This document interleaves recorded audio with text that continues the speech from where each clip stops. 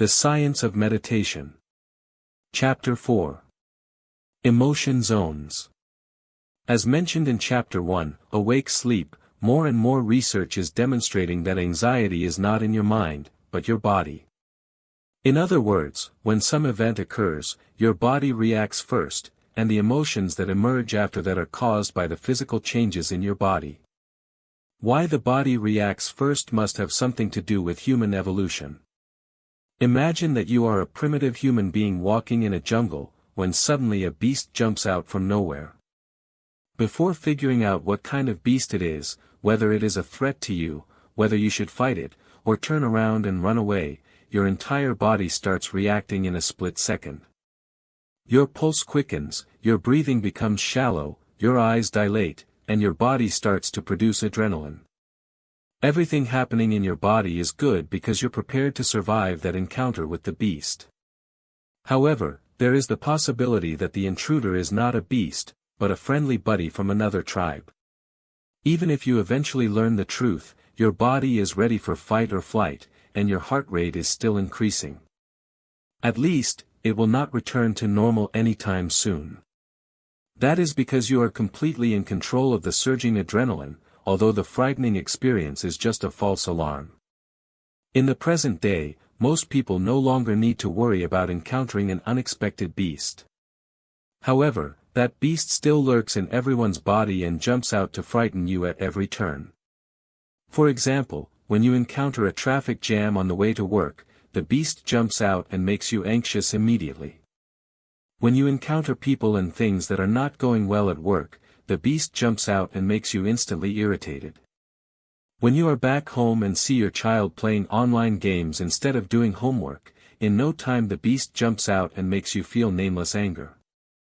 In fact, if you replace the hypothetical beast in the jungle with words that only today's civilized people can understand, such as social media, traffic, politics, COVID-19, childcare, or climate change, you can quickly see why anxiety is the most common mental illness in the world, affecting nearly 20% of the population in some countries.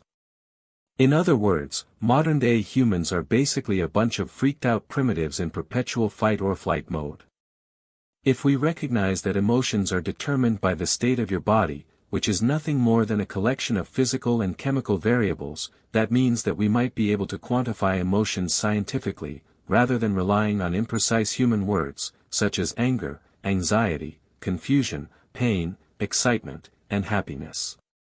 Of course, that quantification process will not be easy, because the human body is a super complex system with an enormous number of physical and chemical variables, not to mention that new variables are constantly emerging as science progresses. To simplify, let's assume that there is only one variable in your body, the heart rate. In that case, all emotions will be correlated with the heart rate, and only with the heart rate. Also, let's assume that the heart rate is 60 to 80 beats per minute, BPM, in normal circumstances, rises to 120 BPM during an emergency, and falls to 50 BPM during sleep. Thus, based on the measurement of the heart rate, we can divide the physical state of the human body into three zones: the normal or comfort zone, from 60 to 80 BPM, the emergency or danger zone, from 80 to 120 BPM, and the sleep or rest zone, from 50 to 60 BPM. Since emotions are determined by the state of your body, they must also have three corresponding emotion zones. But, under normal circumstances, after you fall asleep, you lose consciousness and don't have emotions anymore. You may think that you have emotions in your dreams. But if you look at them carefully, you will find out that the majority, about 80%, of dreams occur during rapid eye movement, REM, sleep, which typically occupies only 20 to 25% of total sleep in adult humans, equivalent to about 90 to 120 minutes of a night's sleep. In other words, if we exclude the special case of dreaming during sleep and focus solely on the normal, sleep state without dreams, the sleep zone of emotions does not actually exist. However, if there is a way to let the body sleep while the mind remains conscious, that will create an all-new emotion that most people have never experienced. And yes, as you have probably guessed, that method is meditation, because the biological nature of meditation is to let the body fall asleep, while keeping the mind awake.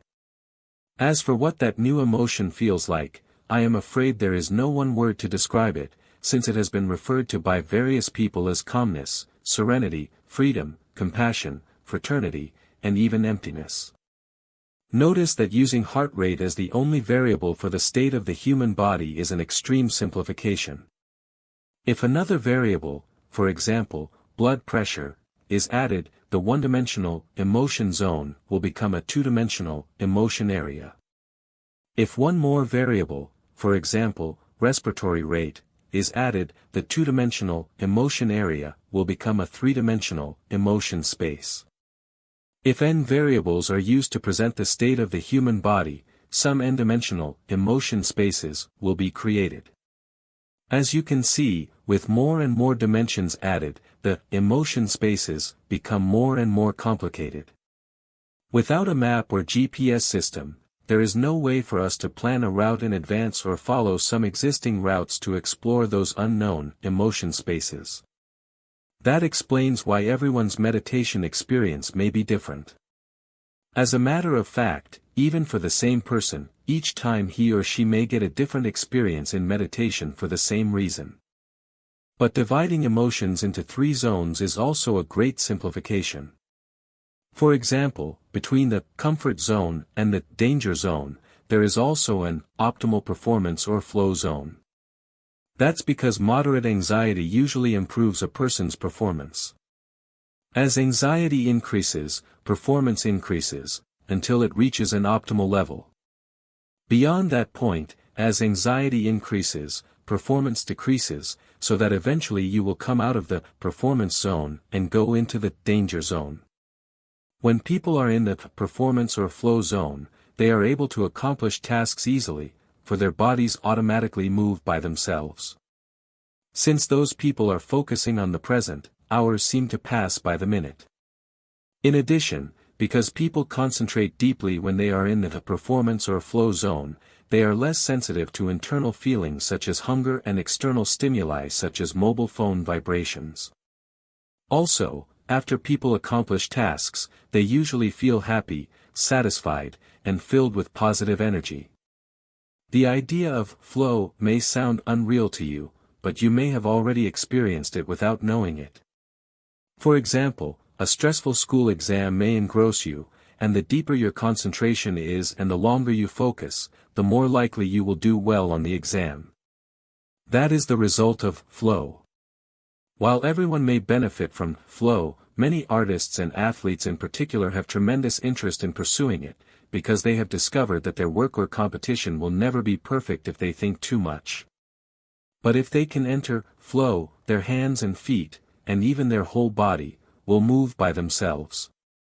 In that way, they will be able to produce highly satisfactory work or get surprising results in competitions.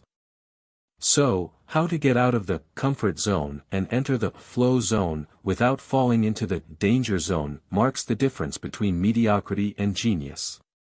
Many talented artists and athletes have discovered that secret. Bruce Lee, one of the greatest martial artists of all time, revealed the secret in this way: the successful warrior is the average man with laser-like focus. Indeed, entering the flow zone through concentration seems to be the secret weapon of many successful people in various fields. However, for ordinary people, laser-like concentration is not innate, but can only be obtained through long-term training.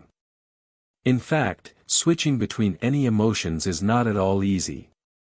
As mentioned in Chapter 3, Brain Games, the human nervous system can be divided into two categories: somatic or animal nerves, which can be controlled by your mind, and autonomic or vegetative nerves, which cannot be controlled by your mind. The autonomic nerves can be further divided into sympathetic nerves and parasympathetic nerves. The sympathetic nerves are responsible for fight or flight. When these nerves are stimulated, that is manifested by, among other things, a rapid heartbeat, increased breathing, dilated blood vessels, sweating, and dilated pupils. When that happens, you enter the danger zone. The parasympathetic nerves are responsible for recuperation and digestion. When the parasympathetic nerves are stimulated, that shrinks the pupils, slows down the heartbeat, decreases myocardial contractility, contracts smooth muscles, strengthens gastrointestinal peristalsis, relaxes the skeletal muscles, and increases saliva and tear secretion. When that happens, you enter the rest zone. As you can see, just like the acceleration pedal and the brake pedal, which are used to control the movement of a car, the sympathetic nerves and the parasympathetic nerves work in opposite ways to control the state changes of your body. Since both the sympathetic and the parasympathetic nerves belong to the vegetative nervous system, over which your mind has no control, that means that you can't change the state of your body with your mind. It also means that you can't change your emotions with your mind. For example, we often see children cry without tears in front of their parents to get a new toy.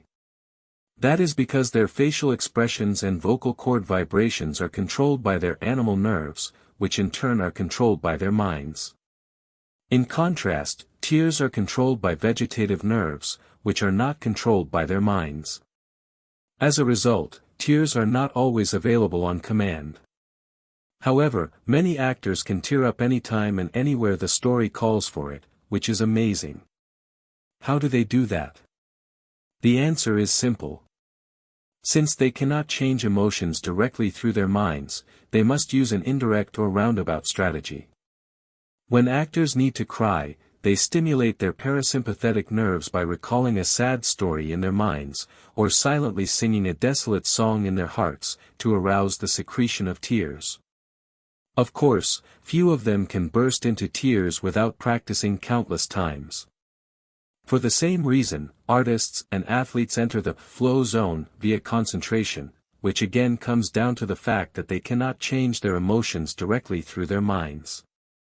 Similarly, when you meditate, you can't force your body to fall asleep by commanding your mind. On the contrary, you must give up any participation of the mind and fall asleep indirectly by keeping your body still and tricking your brain, specifically, the unconscious brain, to believe that you have fallen asleep. Then the unconscious brain will shut down the animal nerves and inhibit the sympathetic nerves, while stimulating the parasympathetic nerves, thus letting you enter the sleep or rest zone, where the body and mind are completely relaxed. As for the popular emotion management articles and books available nowadays, if you study them carefully, you will discover that most of them are discussing how to use rational thinking to control your behavior when you are emotionally involved. That is, behavior management rather than emotion management. If there is really a way to manage your emotions, it must be by doing nothing, sitting motionlessly, tricking your body into sleep and creating an all-new emotion in a state of complete relaxation, which you feel to the fullest.